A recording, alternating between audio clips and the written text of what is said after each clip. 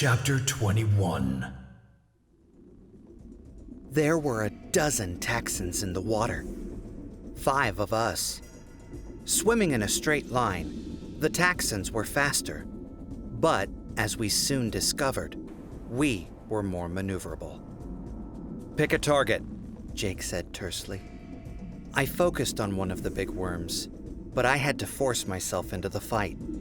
This was not a shark, and the dolphin's instinctive dislike of sharks was not there to prod me. I had to find the will to fight in my own human mind. It's not such an easy thing. I had fought the Yeerks to preserve human freedom. Now, I fought to help the entire world.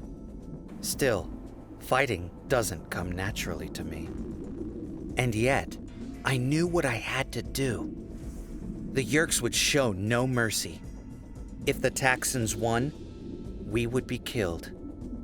Or worse. I powered toward one of the taxons as he powered toward me. We were like 2 trains running on the same track, head to head. At the last possible second, with the gaping red mouth of the taxon just a foot away, I zoomed sideways, arched my back, and rammed the taxon's side. I expected it to be like the shark. Hard, tough, unyielding. It was not. It was like hitting a soggy paper bag with a sledgehammer. The taxon burst like a dropped watermelon. Ugh! I wanted to throw up. I beat the water with my tail and recoiled from the horrible scene I had created. All around me, the battle raged. Dolphin against taxon, and Axe's shark against taxon. Scientists believe that sharks are one of the oldest species of animals still in existence. Nature built them as perfect predators, perfect killing machines. Nature hasn't had to revise or update them much. They were built right the first time. Dolphins are very different. Scientists say that millions of years ago, dolphins were land animals. Sea mammals not very different from humans and other mammals. They evolved their way back into the ocean. Part of that evolution included learning to cope with predators, with killer whales and sharks. I don't know what sea the taxon race evolved in. I don't know what natural predators they faced there. But they were not ready for this ocean. They were not ready to go one-on-one with the masters of Earth's deep seas. They were no match for dolphin or shark. Okay, let's get out of here, Jake ordered. They've had enough. Not so tough, are they? Rachel asked, trying to sound tough herself, but she seemed shaky to me. I shot to the surface and filled my lungs with warm evening air. The sun was dropping toward the horizon. 2 ships were close by and steaming in our direction. But far worse was the Blade ship, which hovered now just 100 yards up in the air. We can't waste any more time, Marco said. The plan was to head back for one of those little channel islands, unmorph, rest, and then take the rest of the distance. But even the island is almost 2 hours away at top speed. We have to make a run for it, or we'll have to choose between being trapped in morph or drowning. And that's not a great choice. You're right, Marco, Jake said. Top speed for the nearest island. How do you tell the time? Axe asked. Sometimes we can carry a watch. Sometimes, like now, we just have to guess and hope for the best. Oh, with your permission, I will keep track of the time. You have a watch? No, but I have the ability to keep track of time, Axe said. Good enough, Marco said. How much time left? We have been in morph for approximately 30% of the safe time. 30%? I tried to think. Math was never my best subject. And it's hard to be mathematical when you've just come from a battle and are scared half to death. That would be about 36 minutes, which means we have an hour and 24 minutes left. I heard a huge concussion behind me. like someone had dropped a big truck in the water.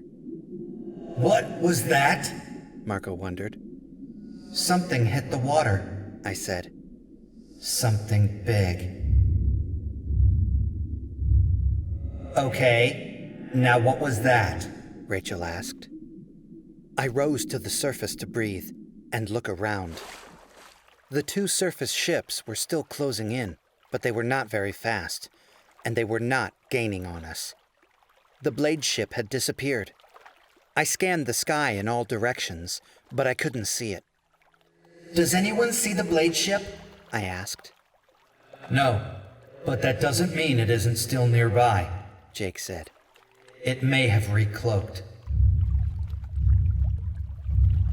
What is that? Whatever it is, it's getting closer, I said. Suddenly I remembered that I was not limited to the usual human senses. I fired off a rapid series of echolocating clicks. The picture that came back was startling. It's something in the water. Big. Huge. The size of a whale, but not moving like a whale. Jake, Marco, and Rachel all echolocated.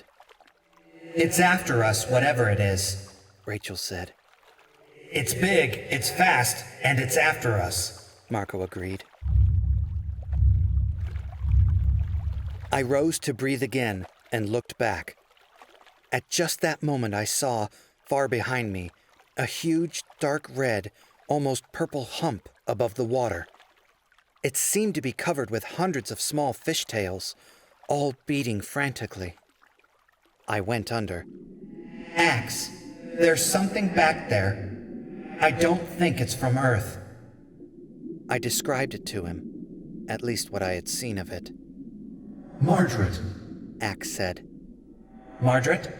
What does that mean? A Margreth is a beast that lives in the oceans of one of our own Andalite moons.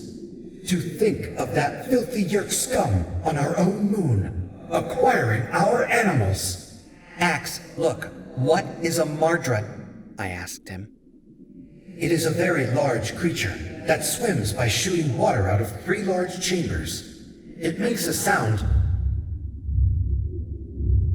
A sound like that? Marco asked. Yes, Axe said. I guess so. I did not recognize it. I have only heard it once, and that was in school. And I wasn't paying attention. It almost made me laugh. The image of an Andalite classroom, where Andalite students zoned out on the lesson, just like we did. But it really wasn't a good time for laughing. But this is no true Margreth, Axe said. No, Jake agreed. Then you know who and what is chasing us? Axe seemed surprised. You understand that this is Visser 3 in Morph? We've met before, Rachel said tersely. You have fought Visser 3? And you still live? That definitely surprised the Andalite. I honor you. Yeah, swell, thanks, Marco said dryly. But I'd trade the honor for a good outboard engine so I could outrun that evil creep.